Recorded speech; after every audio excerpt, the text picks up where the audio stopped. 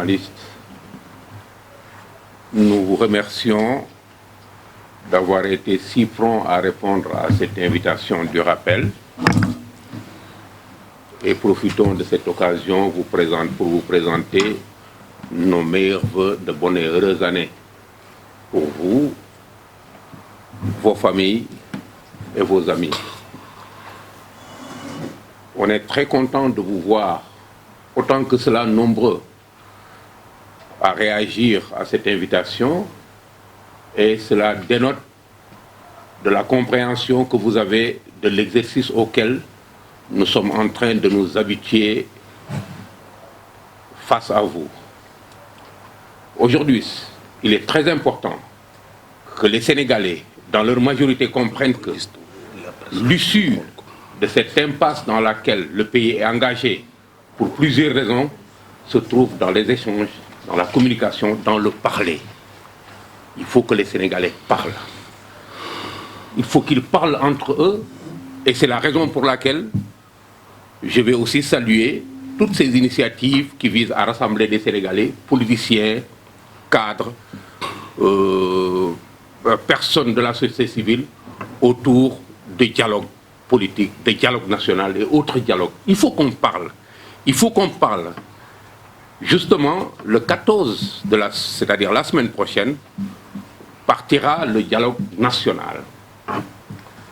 Ce que nous faisons ici participe de la volonté que nous avons de faire de sorte que ce dialogue soit véritablement un dialogue national. Pas un dialogue entre politiciens, pas un dialogue entre intellectuels qui se mettent dans une salle pendant des jours, pendant des mois, pour créer des règles qui s'adaptent à leurs besoins, des règles qui s'adaptent à leurs jeux. Ceux qui ne sont pas convoqués là-bas en font partie. Particulièrement, toutes les composantes du peuple sont interpellées. Il ne faut pas donc que ce dialogue soit exclusivement réservé. Ce qui va en sortir doit être proposé et partir de plusieurs endroits pour être proposé. C'est la raison pour laquelle, avant le 14, nous nous sommes dit, après une longue réflexion, qu'il faut qu'on plonge le pays dans le dialogue, qu'on se plonge dans le dialogue et qu'on dise certaines questions qu'il serait important d'aborder à cette occasion-là, qu'on en parle nous, qu'on les amène sur la place publique et qu'on les livre à la presse, mais aussi qu'on les livre à l'ensemble des Sénégalais, aux décideurs, aux grands électeurs, à tout cela, aux associations de jeunes, à tous ceux-là qui sont concernés par le devenir de ce pays. C'est la raison de cette invite-là. Et ne vous lassez pas. Si d'autres questions interviennent entre-temps qui nécessitent qu'on vous appelle, on va vous appeler parce qu'il faut que les Sénégalais s'habituent à parler pour ne pas que le pays soit piégé par un certain nombre d'acteurs qui ne feront que jouer entre eux. Il faut que le jeu se passe avec le peuple. Je vous remercie avant de donner la parole à M. Ndiaye.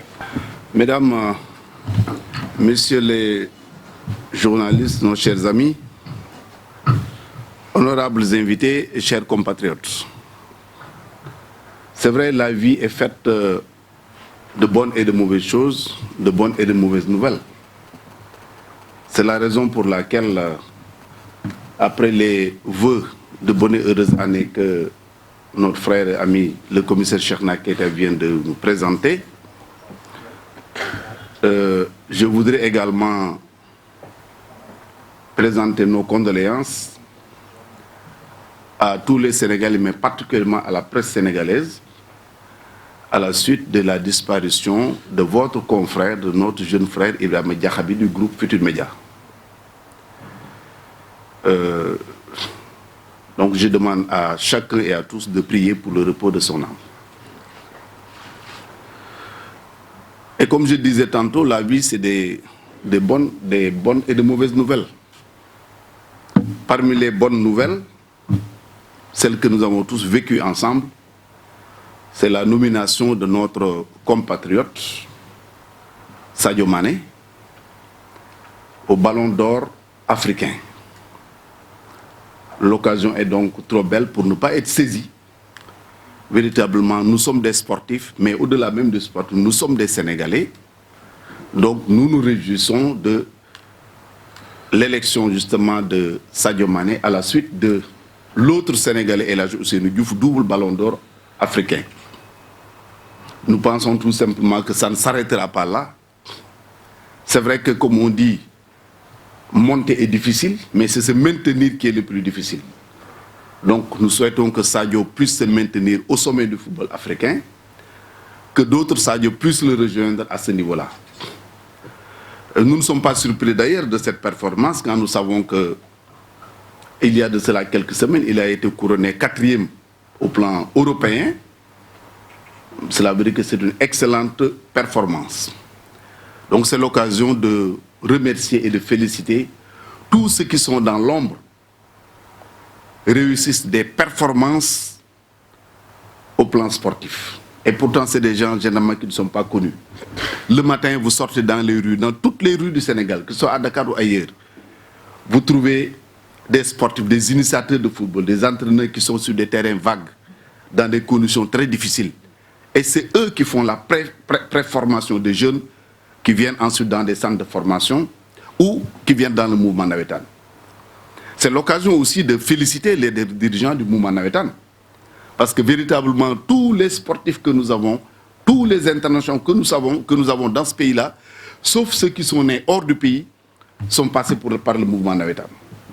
C'est vrai, c'est un mouvement quelquefois décrié, mais à tort. Parce que j'ai l'habitude de dire, je suis moi-même un produit du mouvement Nawetan.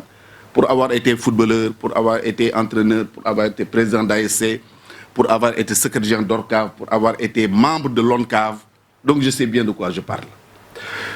Souvent on décrit pour dire oui, il y a la violence dans le Nawetan, ainsi de suite. Mais j'ai l'habitude de dire que pendant les moments de pointe, c'est-à-dire au mois d'août, septembre, vous n'avez pas moins de 1000 matchs organisés dans le pays par jour. Pas moins de 1000 matchs. Et s'il y a violence, c'est sur 1 ou 2 terrains. Donc ce n'est pas à négliger, la violence est toujours mauvaise, mais il faudrait vraiment soutenir et encourager les entraîneurs, les membres de la Fédération sénégalaise, les membres de l'ONCAV. Ensuite, je voudrais, au nom du rappel, comme nous avons l'habitude de le faire d'ailleurs, passer aux questions qu'on appelle questions d'intérêt national.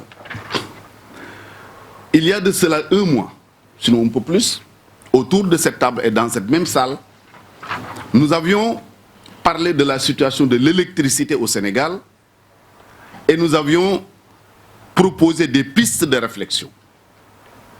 Il est heureux de constater qu'aujourd'hui, c'est peut-être le fait du hasard, ce n'est pas parce que nous l'avons proposé, mais en tout cas le fait est là, certaines de ces pistes ont été suivies.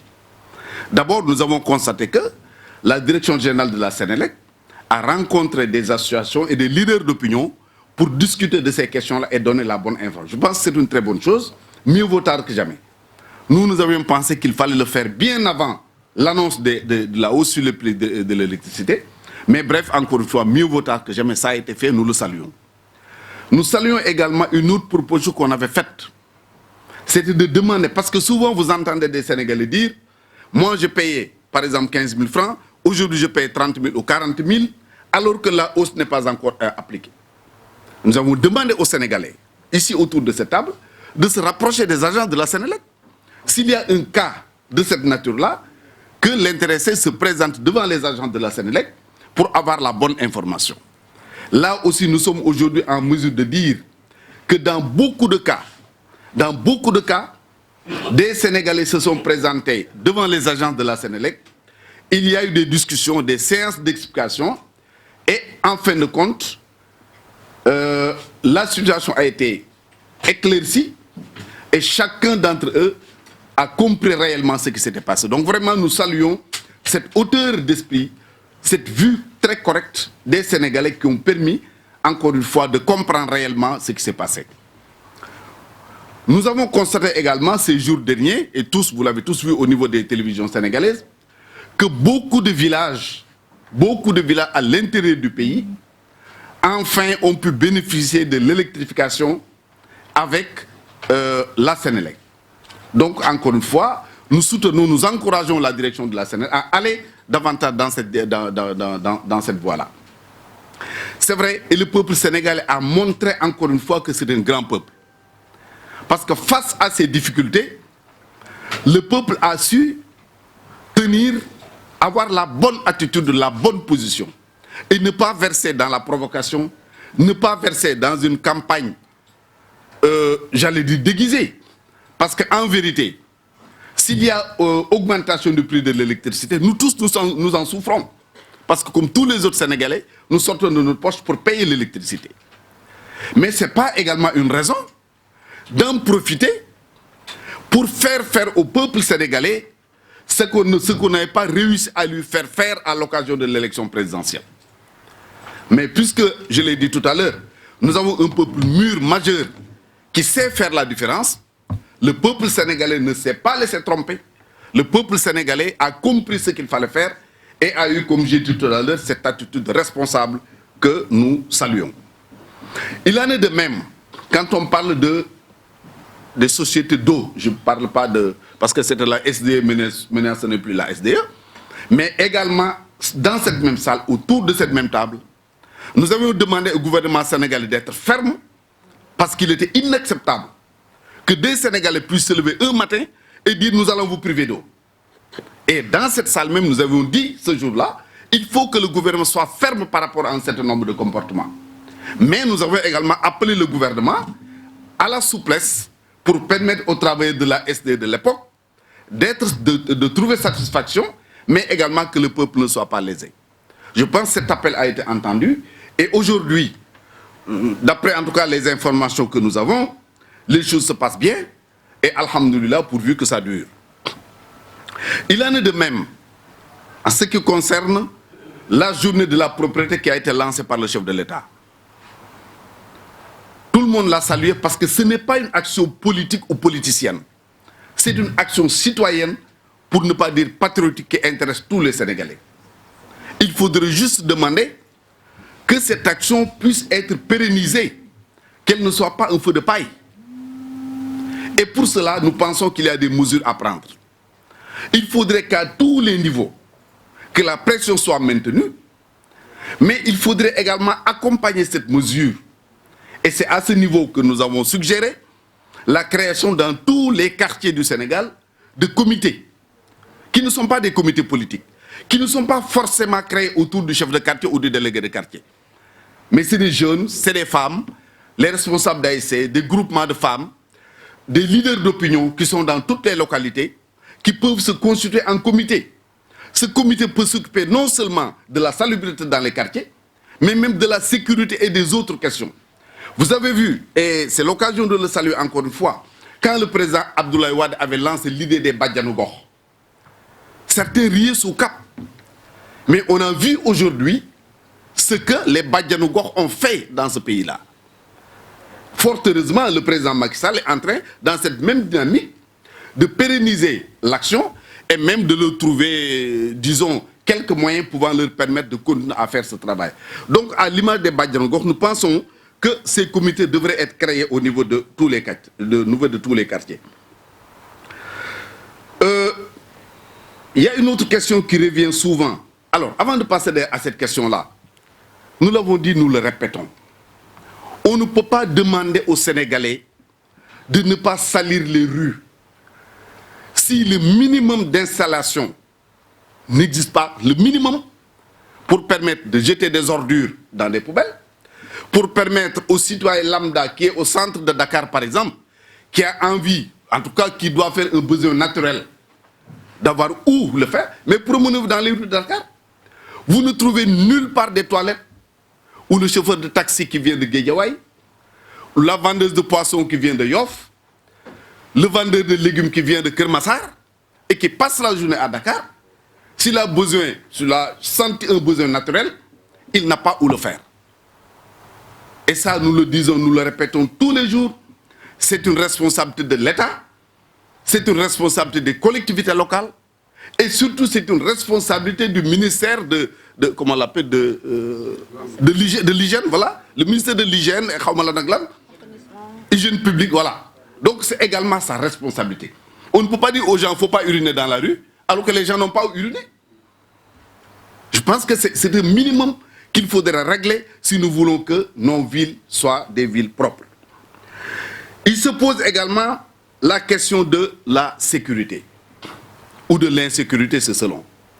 Nous en parlons parce que tous les jours, Vous avez vu, par exemple, ce matin, j'ai écouté sur des radios où on a parlé encore d'agression dans certaines villes, notamment à Touba, dans la banlieue de Dakar. Et surtout les Chinois qui sont venus au Sénégal travailler pour acheter de l'arachide, qui se font agresser dans certaines régions du pays. Je pense qu'il faudrait mettre un terme à de tels agissements. Nous l'avons dit ici, les policiers, ce n'est pas parce que le commissaire Jean Naketa est là, les policiers font un excellent travail dans ce pays-là. Les gendarmes également. Mais il faut le reconnaître, ils ne sont pas en nombre suffisant. C'est la raison pour laquelle nous avons dit que les militaires qui sont dans les casernes doivent pouvoir être utilisés par le ministère, parce qu'on dit ministre de l'Intérieur et de la Sécurité publique, pour régler cette question-là. Il est inacceptable qu'on ait dans les casernes des milliers et des milliers de militaires qui ne demandent qu'à être utilisés. Ils sont là, j'ai donné l'exemple l'autre jour, j'ai dit, prenez le cas du camp de Thiaroye. Est-ce que le jeune militaire qui est là, en train de dormir, derrière le camp à 20 mètres de chez lui, donc du camp militaire, on agresse des femmes? Il aurait bien voulu, il aurait souhaité pouvoir intervenir. Mais si on ne lui demande pas de le faire, il ne peut pas le faire. Et qu'on ne nous dise pas que les militaires ne sont pas faits pour ça. Aller en Casamance, c'est les militaires qui assurent la sécurité partout. Donc, devant une situation exceptionnelle, il faut des mesures exceptionnelles. Encore une fois, c'est un appel pressant que nous lançons à l'État du Sénégal, au ministère de l'Intérieur, au président de la République, au ministère des Forces armées. La jonction de toutes ces forces-là pourra nous permettre définitivement de régler cette question de l'insécurité dans nos villes et dans nos campagnes. De la même manière, nous revenons sur cette question-là.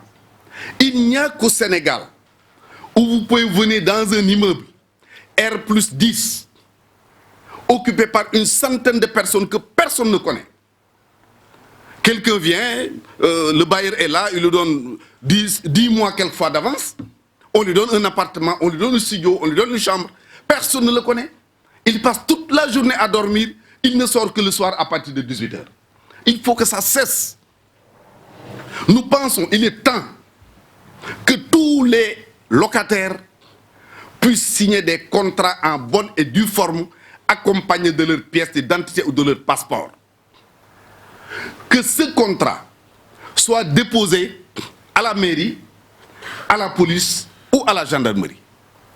Ceci permettra à nos forces de sécurité et de défense, de temps à autre, de faire des descentes dans toutes les locales, dans toutes les maisons au besoin, et de savoir qui habite ici. Mais vous venez dans un immeuble, une bonne dame habite dans un appartement, en face d'elle, il y a quelqu'un qui habite qu'on ne connaît pas. Et ça crée des incidents, des agressions, des viols et autres. Et personne n'a le moyen de contrôler. Nous pensons que également c'est une situation à laquelle il faut mettre un terme. Nous avons entendu le président de la République hier parler d'une loi qui va lutter davantage contre le terrorisme. Et nous pensons que la loi doit prendre en charge cette question-là. Le Sénégal est le pays de tout le monde. J'ai l'habitude, moi je n'ose même pas, je ne veux même pas dire à quelqu'un, vous êtes Sénégalais, Guinéens ou Maliens, nous sommes tous des Africains. Mais c'est parce que nous sommes tous des Africains que nous devons apprendre nous-mêmes à respecter les règles et les lois que nous nous sommes fixées. Alors, il y a maintenant la situation politique. En parlant de la situation politique, nous revenons sur une proposition que nous avions faite et qui consiste à proposer la non-limitation des mandats du président de la République. Quand nous avons parlé de limitation de mandat, certains même ont dénaturé les propos en disant, comment on l'appelle encore, mandat à vie, voilà, présidence à vie par exemple.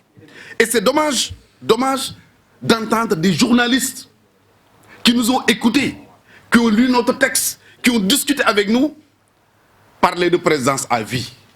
Alors que nous avons parlé de non-limitation de mandat du président de la République.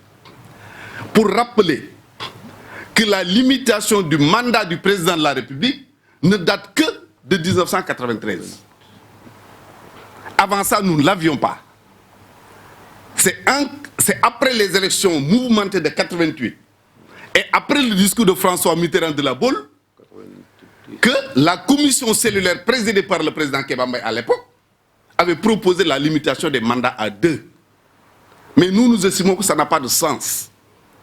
Le mandat du président de la République en France n'a pas la même valeur que le mandat du président de la République au Sénégal. Le président qui est élu en France, il n'est pas jugé sur le nombre de kilomètres de route. Il n'est pas jugé sur l'électrification. Il n'est pas jugé sur les universités construites, les écoles, les forages, et ainsi de suite. Il est jugé à partir des autres critères. Parce que ça, c'est des pays qui, sur le plan infrastructure, c'est des pays dont la construction est achevée.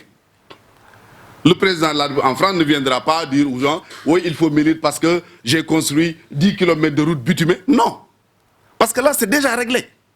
Or, chez nous, rien n'est réglé. Le président qui est élu, on lui demande de nous faire des routes. On lui demande d'assister le monde rural. On lui demande de donner des bourses aux étudiants. On lui demande de construire des salles de classe, des universités, ainsi de suite. D'assister les pêcheurs, de financer les groupements de femmes. Alors qu'on ne lui donne pas les moyens de le faire. Donc le président qui arrive, il a besoin d'aller négocier, il a besoin de discuter, il a besoin de trouver des partenaires. Une fois d'ailleurs, le président Wade me disait, moi j'aime bien les Chinois. Parce que les Occidentaux, tu leur soumets un projet, ils prennent 5 ans. Ils prennent 5 ans pour répondre ou pour démarrer aux besoins. Or, les Chinois, en 6 mois, ils te disent oui, c'est possible, on le fait. Non, ce n'est pas possible, on ne le fait pas. L'un dans l'autre, le président qui est élu ici, il a besoin d'avoir du temps pour faire son travail. Mais la deuxième raison, la plus importante, mais dans une démocratie, le dernier mot revient au peuple. Le dernier mot revient au peuple. Il appartient au peuple de dire, j'ai élu Déthié, il a fait du bon travail, je vais le réélire. Mais pourquoi le peuple qui veut réélire 2 fois, 3 fois, 4 fois, 10 fois, le même président qui lui donne satisfaction, on lui dit tu n'as pas le droit de le faire? Au nom de quoi? Parce que quelque part, un groupuscule, et le commissaire Tcherna a bien fait d'en parler tout à l'heure, parce que toutes les décisions sont prises par les politiques que nous sommes. Or, les politiques ne font pas 20% du peuple sénégalais, de la population sénégalaise. Certainement, si je demande à ceux qui sont dans la salle, quels sont ceux qui sont dans des partis politiques, ils seront 2 ou 3. Tous les autres ne sont pas dans les partis politiques. Or, toutes les décisions sont prises par les politiques à l'insu de ceux qui ne sont pas dans les partis politiques et qui sont les plus nombreux. Donc, c'est un petit groupe. Aujourd'hui, tous les gens qui... Parce que, justement, il y a l'opportunité de la proposition. Quelqu'un me disait, la proposition que vous avez faite est très bonne. Mais c'est le moment qui est mal choisi, parce que les gens pensent que vous le faites pour le président Macky Sall. D'autres vont jusqu'à dire, oui, Macky Moko Sant. C'est le président qui lui a demandé de faire ça. Or, tous ceux qui sont avec moi savent parfaitement. Et je le dis à un de vos confrères. Je le dis, toi, tu me connais très bien. Tu sais que je ne suis pas un homme à manipuler. Même si telle était la volonté de Macky Sall, il trouverait peut-être d'autres personnes pour porter cette idée, mais pas moi. Je porte cette idée au nom de ce groupe, parce que telle est ma conviction. J'estime que, nous estimons en tout cas que le combat qu'il faut mener, c'est un combat pour la régularité et la transparence des élections. Dès lors que les élections sont transparentes, le peuple choisit qui il veut. On n'a pas le droit de de dire à ce peuple-là que, cher peuple, vous n'avez pas le droit de saisir tel, même s'il est le meilleur. Mais si les élections sont transparentes... Mais attends, prenons un exemple. En 2012, beaucoup disaient que Wade ne devait pas être candidat. Il a été candidat, mais il n'a pas gagné. Parce que les élections étaient transparentes et le peuple voulait faire un changement. Donc sur cette question-là, telle est notre position que nous allons défendre vaille que vaille. Maintenant, ce ne sont vraiment pas des caisses de résonance de l'Occident ou des lobbies homosexuels qui vont nous empêcher de dire ce que nous avons envie de dire. Quelqu'un qui a été arrêté sous mes yeux en 2003 à Genève et qui a été libéré par un diplomate sénégalais qui était sur place. Ces gens-là n'ont pas de leçons à nous donner. Je suis un témoin oculaire de l'histoire. Et qu'on ne nous pousse pas à dire certaines choses. Qu'on ne nous pousse pas à dire certaines choses. Nous n'avons pas cité de noms par respect à leur famille. Par respect à leur famille, nous ne citons pas de noms. Mais ils se reconnaissent à travers ce que j'ai et qu'ils arrêtent. Sinon, advienne que pourra. On n'a absolument rien à cacher. Et s'ils veulent la confrontation, ils l'auront. S'ils veulent le combat ouvert et à visage découvert, ils l'auront. Ils savent bien de quoi je parle. Je suis un témoin oculaire de l'histoire de notre pays. Je sais ce que chacun a fait. Je sais ce que chacun est capable de faire. Je le répète, en 2003, j'étais dans un hôtel à Genève. Celui-là a été arrêté et menotté sous mes yeux. Il a été libéré grâce à l'intervention d'un diplomate sénégalais. S'il le veut, j'en dirai davantage. Alors, donc nous estimons effectivement qu'il faut aller vers la moralisation de la vie politique sénégalaise. Non, je ne menace pas du tout. Non, je ne menace pas. Mais écoutez, il faut assumer, c'est utile. Écoutez, il faut assumer, parce que ceux-ci se comportent autrement, assument. Ils le font en pleine rue, il faut assumer. C'est utile, hein? Il ne faut pas être... Je ne veux pas les qualifier et venir se présenter en donneur de leçons, alors que nous savons. Ça ne peut pas, ça ne peut pas continuer. Ensuite, vous avez vu ceux qui passaient tout leur temps à traîner Abdoulaye Wade dans la boue, à le dénigrer. Vous vous en souvenez très bien, certains même avaient porté un cercueil pour dire Gorgui Dena Souli Lenko. Vous êtes tous témoins. Alors ces gens-là ont aujourd'hui le droit de dire que Wade est le meilleur, et nous sommes d'accord. Wade est le patriote, nous sommes d'accord. Wade est le défenseur des intérêts de la nation, nous sommes d'accord. Et ils veulent nous enlever le droit de soutenir Macky Sall. Au nom de quoi? Mais j'ai l'habitude de dire, nous sommes dans un restaurant. Lui, il a le droit de manger son tchéboudiam. Moi, j'ai le droit de manger mon mafé kanye parce que c'est mon plat préféré. L'autre a le droit de manger son michou et lui, il veut du tchéré. Il n'a qu'à le manger. C'est aussi simple que ça. Donc, on ne peut pas être dans un pays et s'ériger en censeur, en défenseur de je ne sais quoi. Chacun est libre d'avoir son attitude, son comportement, mais qu'on laisse aux autres également le soin d'avoir le leur. Je pense que c'est aussi simple que ça. Alors,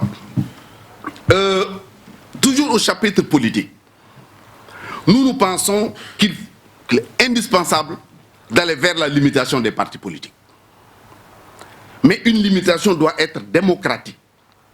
Il n'appartient pas au président de la République, au ministre de l'Intérieur de décider de la limitation des partis. Il faut que ce soit une décision du peuple sénégalais. Et comment? Nous ne pouvons pas comprendre que quelqu'un crée un parti politique et refuse d'aller à des élections. Mais c'est aussi simple que ça. Donc pour nous, il faudrait profiter justement de ce dialogue pour régler ces questions et faire faire à notre démocratie des pas de géant. Il est pour nous indispensable d'interdire les coalitions de partis avant les élections législatives. Il faut, à notre avis, interdire les coalitions. Parce que pour nous, les coalitions, les alliances doivent se faire au niveau de l'Assemblée nationale. Pas avant. Pas avant. Donc, que tous aillent aux élections. Tous les partis, légalement constitués, aillent aux élections. Ceux qui ne veulent pas aller aux élections n'ont qu'à disparaître. C'est aussi simple que ça. Tous les partis, légalement constitués, doivent aller à des élections. Première chose, si tu ne veux pas aller à des élections, tu disparais. Deuxièmement, tous les partis qui vont à des élections et qui ne réussissent pas à atteindre la barre de 1% doivent disparaître. Oui, ils doivent disparaître. Et à la suite maintenant de ces deux conditionnalités qu'il faut régler, la première c'est aller aux élections, la deuxième c'est d'avoir au moins 1%. À la suite maintenant de ça, une sélection va être faite. Et cette sélection est faite par les Sénégalais. Et à partir de ce moment, les partis politiques pourront être financés par l'État du Sénégal. Troisième question, vous avez souvent entendu des gens dire « je suis un député du président ». Et ça depuis Senghor jusqu'à présent. On nous raconte que Senghor était allé voir Serigne Fallou Mbacké mu ne ko sa waa ji defal ma ko député mu ne ko président kii jàngul mu ne ko tàccu rek lañ fa def te mën na ko mais ba léegi c'est ce qui existe. Il y a des députés qui font correctement le rôle à l'Assemblée nationale. Je cite toujours notre frère Doudou Wade, qui pour moi est un des meilleurs députés du Sénégal de tous les temps. S'il fallait choisir les 3 meilleurs députés de tous les temps, Doudou Wade en ferait partie. C'est la réalité. Mais tout le monde n'est pas Doudou Wade, tout le monde n'est pas Seydou Diouf, tout le monde n'est pas Abdoulaye Agne. Il faut choisir des députés qui représentent le peuple. Et ça, pour le faire, il faut supprimer la liste nationale. La liste nationale, c'est quoi? Il suffit que le président veuille que n'importe qui soit député, il le sera. Il le met numéro 1, numéro 2, numéro 3, numéro 4, ainsi de suite dans la liste nationale. Il passe député. Et celui-là, il te dira, mon député président là, il a raison, ce n'est pas un député du peuple. Mais puisque nous aimons toujours citer l'exemple de la France, même ceux qui sont pour la limitation des partis politiques, des nombres de mandats, ils nous citent l'exemple de la France, mais allons en France pour régler cette question des élections législatives. Élection au scrutin uninominal à 2 tours. Ça veut dire quoi? Nous proposons la diminution, d'avoir la réduction du nombre de députés et le ramener à 100 au lieu de 150 députés. Ensuite, on découpe le pays en 100 circonscriptions électorales. Dans chaque circonscription électorale, il y aura des candidats. On est par exemple au plateau, je donne un exemple. APR a un candidat, PDS a un candidat, un autre a un candidat.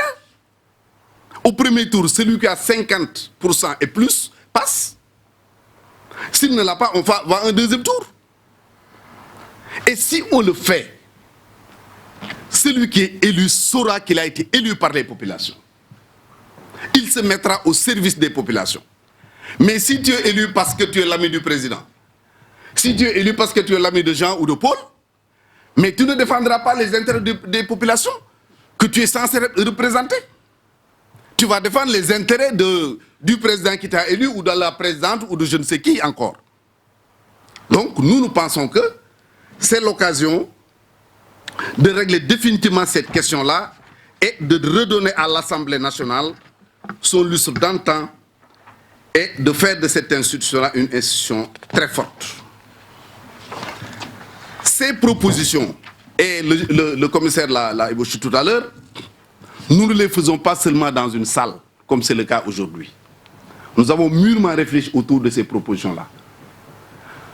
À travers la presse, nous invitons tout le peuple sénégalais à réfléchir avec nous autour de ces questions-là.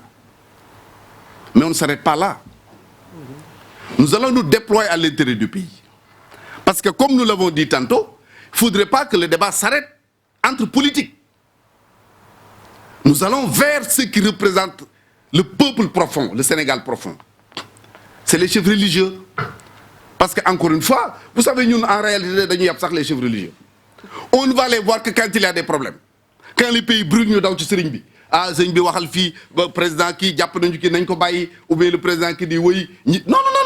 C'est maintenant qu'il faut aller discuter avec les chefs religieux. Parce que ce que nous sommes en train de dire, eux, ils le perçoivent mieux que nous.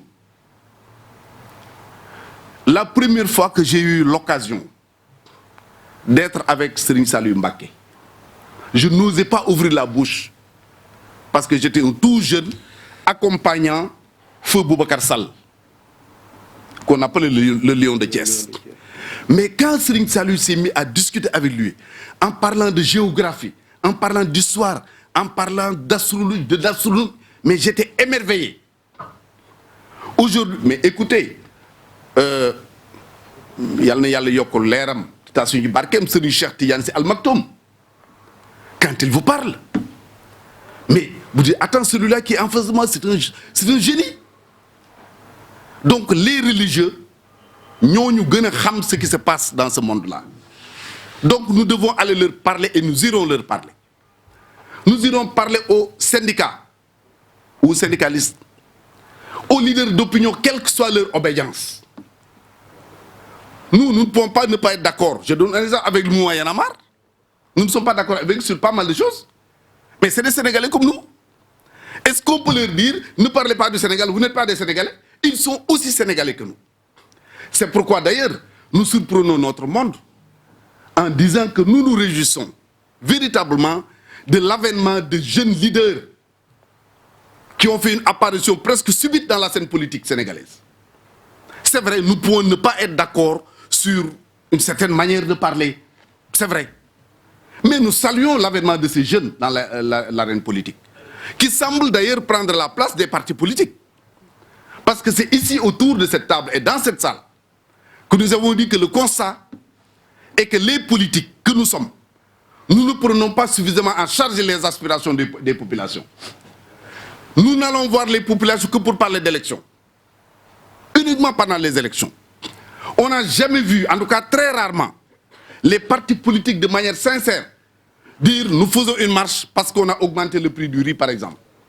Nous faisons une marche parce qu'il y a ceci, parce qu'il y a cela. À chaque fois, ce qui nous mobilise, nous politiques, ce sont nos affaires d'élection. Or, il faut que ça cesse. Donc, effectivement, nous saluons l'avènement de ces jeunes, même si quelque part nous ne sommes pas d'accord sur leur manière de faire un certain nombre de choses. Donc, nous irons les rencontrer, tous les Sénégalais que nous pouvons rencontrer. Nous allons faire de ce texte un document à envoyer au président de la République, à tous les présidents d'institutions, que ce soit l'Assemblée nationale, le HCCT, le Conseil économique, social et environnemental, ainsi de suite. Tous. Nous allons l'envoyer au président du comité de pilotage du dialogue national. Nous allons l'envoyer au président de la commission politique du dialogue et aux pôles qui sont représentés au niveau de ce dialogue-là. Vous nous direz pourquoi nous ne posons pas le problème là-bas, au niveau du dialogue. Il y a deux raisons au moins. La première, nous l'avons dit tout à l'heure, à la commission du dialogue politique, il n'y a que les politiques. Et les politiques ne font pas 20% du peuple sénégalais. Donc il faut sortir de ce cadre-là pour aller parler aux autres. Ensuite, moi qui vous parle, je fais partie des plénipotentiaires de la majorité présidentielle au niveau du dialogue. Donc, toutes les positions prises et défendues par la commission, donc notre délégation, au niveau de la commission, m'engagent. Je ne peux pas être dans la commission, les gens disent c'est noir, je sors moi pour dire que c'est blanc. Non, à ce niveau-là, tout ce qui se dira m'engage. Mais je suis dans le cadre du rappel qui a des propositions à faire au peuple sénégalais, mais également aux différentes composantes de la commission du dialogue politique et du dialogue national. Donc voilà, je ne peux pas dire rapidement, parce que moi quand je prends la parole, quelquefois je ne me rends pas compte, mais c'est quand même long. Bon, mais voilà rapidement ramassé les questions que nous voulions soumettre à votre appréciation. Maintenant, pour une question de méthode, si vous le voulez, on va faire un résumé en Wolof. Et ensuite, s'il y a des questions, nous déglouler, n'est-ce pas?